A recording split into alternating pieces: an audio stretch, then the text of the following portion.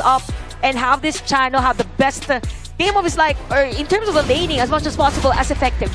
Correct. I do feel that in terms of the draft itself, Alpha Gaming has drafted a very high-risk, high-reward tempo style for their game here. Early game dictates a lot here for the side of APG. If they can find the early game marker, especially on the hands of the Liang, piloted by Saber, things could go pretty difficult for the side of RRQ. However, take a look at RRQ's draft here. It is very well-rounded here. Every single segment is covered. Early game covered by Bai. And then the mid game covered by both Harpist and Lex. And finally, you have the game locked in. This is game number 1. The final BO5 of KIC. Day number 2 with RRQ towards the blue side and Alpha Gaming towards the red side. Casters, the stage is yours. Thank you very much, Sagi, for that amazing breakdown, as well as Chantel. As we get into the action of game number 1 here, RRQ going up against APG. The hopeful Phoenix going up against the 3rd seed of MKL. And you know what, for APG here, there is a massive type of burst that they can get or they can deal against the side of RRQ. Definitely in terms of early game, as much as possible, you want to speed things up. But this is a very different rotation for RRQ. If you notice, you have the Arlie and even Diali at the middle lane, and you have the Ganimo at the bottom lane. Yes, early level 1 invade here. They're able to get the Azure Golem away from the side of RRQ Bay. But can they make it out to the enemy jungle? And the answer so far is yes, the Path of Passing has been used here. But diving onto the back line is going to be Xinlin. Great answer coming in for RRQ. They predicted that the players of APG is going to be there for the invade. Yep. But yet again, it is very effective. A very different rotation coming in from them. I mean, it's unusual, yes, but it is possible, and it's plausible for the side of RRQ. And with that alone, it means that in terms of the assist, Harpist already have an edge as compared to the channel. But Lex, because he is at the farm lane, it just means that they also focus on having this Ganimo spike that damage, spike that gold, and have that items as early as possible onto this game number 1. Exactly, it's consequence and reaction, right? Obviously, the reaction here for the consequence of taking that Azure Golem, which is going to be deadly up against by the Orgrin, means that he's not going to be able to kind of spam those skills and have that low cooldown reduction, which on an Orgrin is going to be fatal. Yeah, that's true, and I kind of feel it for APG here. I mean, the strength of the team, if you will watch the majority of their games on the previous tournaments, they're known to be a team that is slowly building up the momentum. As long as, yes, the other team is getting that resources, they find a way for Yulong to actually get majority of the objectives against the other team. So far, yes, RQ won the first blood, but still for APG, they're finding their time, or they're finding a way to somehow limit that potential lead. It's just 200, and we're just 2 minutes for the game. What I really like for APG is they're one step ahead in terms of the positioning, that they know that Ganimo is a viable target, so why not go dive in and zone him out on this lane? Exactly, great intel there from the side of RRQ as well as APG, knowing they're going to be at the Azure Golem. The takedown there onto Lex for Shishan means that they're now neutralizing that kill lead, but I have to give over props to RRQ. They're playing very reactive here because they knew that APG would have the intel that the Azure Golem countdowns on their minimap, so they sent Harpist and 663 to make sure it wasn't getting taken. But definitely for APG, very masterful on that. They know that Lex again is a very good target. Yes. As it is very squishy. As much as possible, you want to stop the Ganimo. And even the range, it's going to be hard for the Ganimo to defend himself, having 3 players dive in him. So RQ, yes, slowly building up the momentum, and even by continuously farming against APG. So as long as they are able to continue this, then later on, if you have a full blast 5v5 between the teams, I think Susei's going to be there. Yep, there's the suppression brute for Saber as they all dive in on top of Xinling. That's another takedown, but they are playing the buddying system mechanic here on the side of APG very well, as obviously they approach the 4-minute mark. Looking to get the takedown into these side lanes means that those neutral objectives in 10 seconds are going to be a bit more of a breeze, a Sunday walk in the park. Technical, that's a perfect term for APG to describe how they really play, with a honey sweet breeze and even the crowd control coming in from the Liang. I mean, they know who to target as early as now, but for RQ, they're positioned on this objective. They actually take the Tyrant as early as possible, but for the side of APG, they're just continuously pressuring, even trying to invade this blue buff. Yeah. So it's just them knowing as to where the other players are on the side of RRQ and as to why they are on the lead in terms of gold. This is a very fast reaction coming from APG. You've mentioned about that, very active on this plays coming from RRQ, but there is also a quick reaction from RRQ destroying the tower at the bottom lane.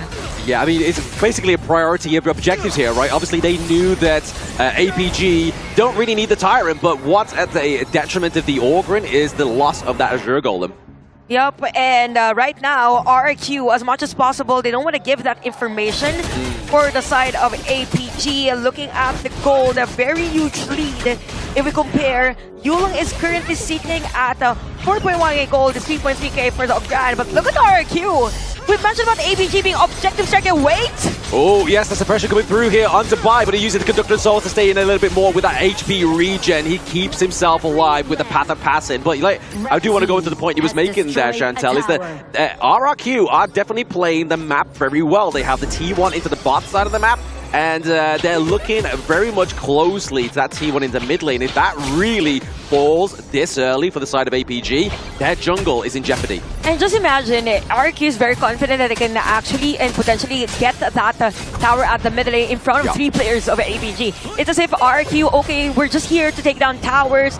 Later on, we will have a team fight. But for APG, the answer is pressuring the jungle area. You have the Fatty and the rest of the players of APG zoning out by, but RRQ, I think there's going to be an answer.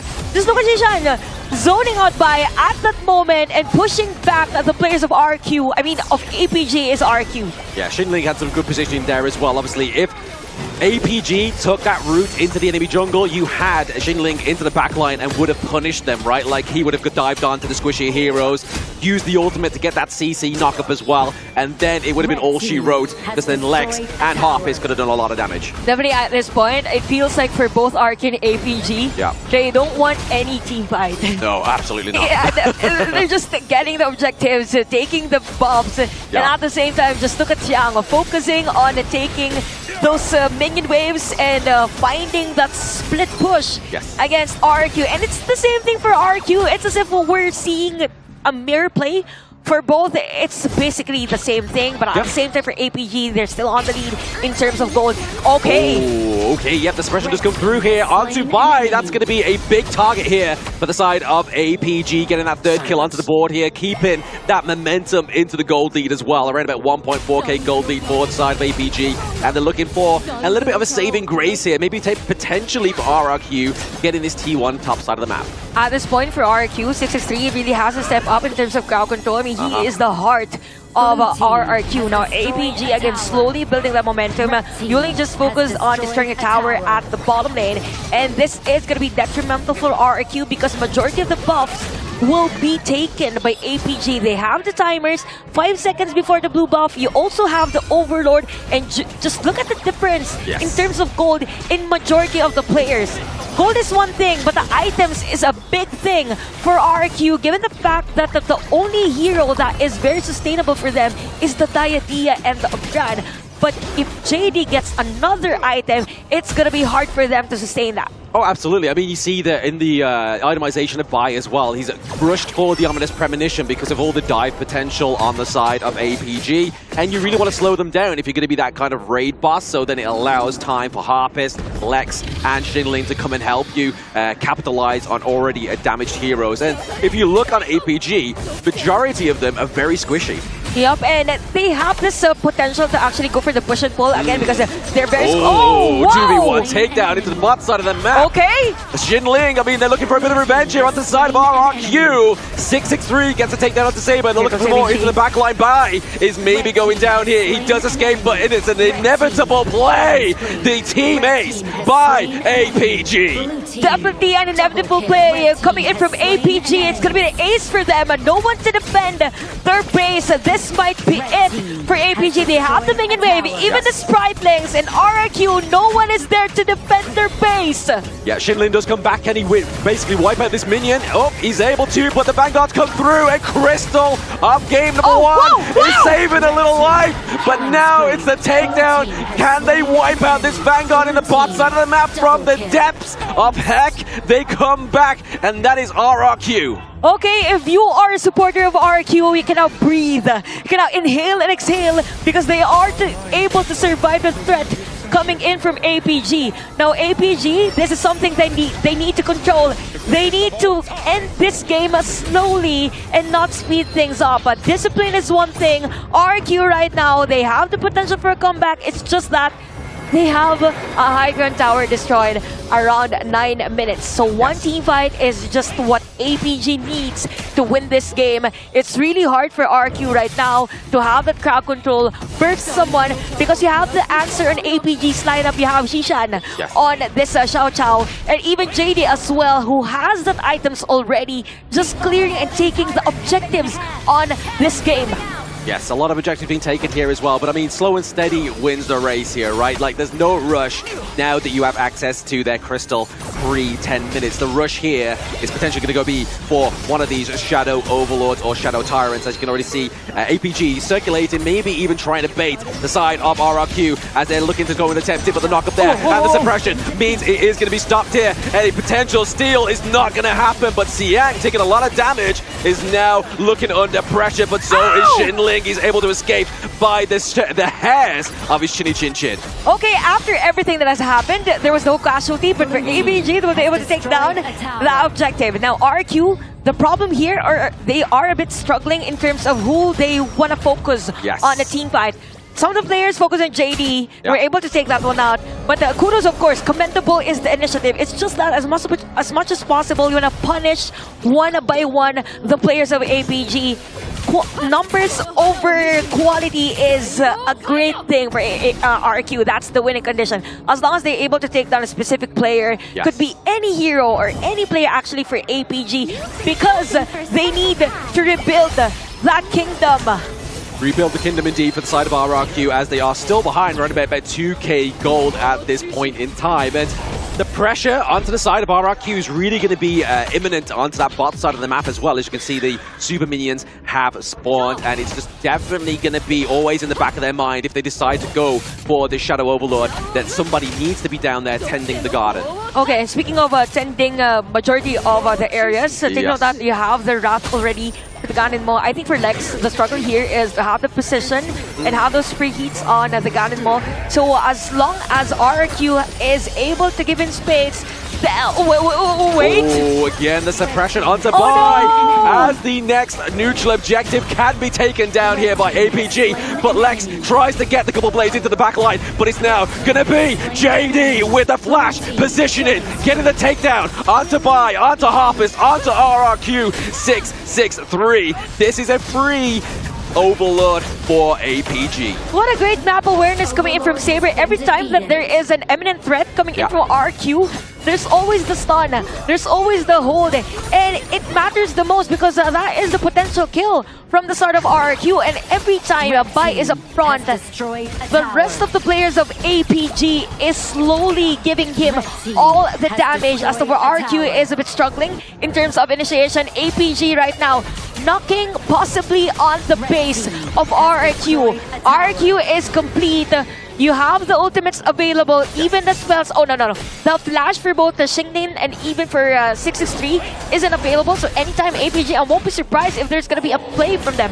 Exactly. I mean, the only thing that's going to keep Lex alive into this next team fight is that second skill, right? Guard your grave, which is going to push him back, but then that doesn't stop the likes of either JD or even Shishan getting the gank into the backline there as well. But right now, it's definitely a slow but imminent approach to this base. The Vanguards need to be fought off here onto the side of RRQ. Speaking of RRQ, they need to be mindful that the resources, the skills, and even spells of APG is actually available on this next final wave, or this might potentially be the final push for APG. You have the flash on the Liang. Saber could go in and have someone be focus fired by APG. You only have 2 high ground towers left for the side of RRQ. This is going to be detrimental for them, but just look at APG focusing on the objective. Let's just do that slow push, slow burn, just focus on pressuring RRQ. It's a beautiful pressure. Obviously, it's slow, but it's going to be enough to kind of always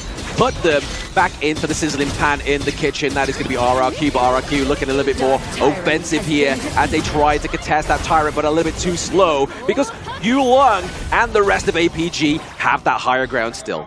And right now, for RRQ, just look at the damage, and we saw the damage of Lex hitting Xiang.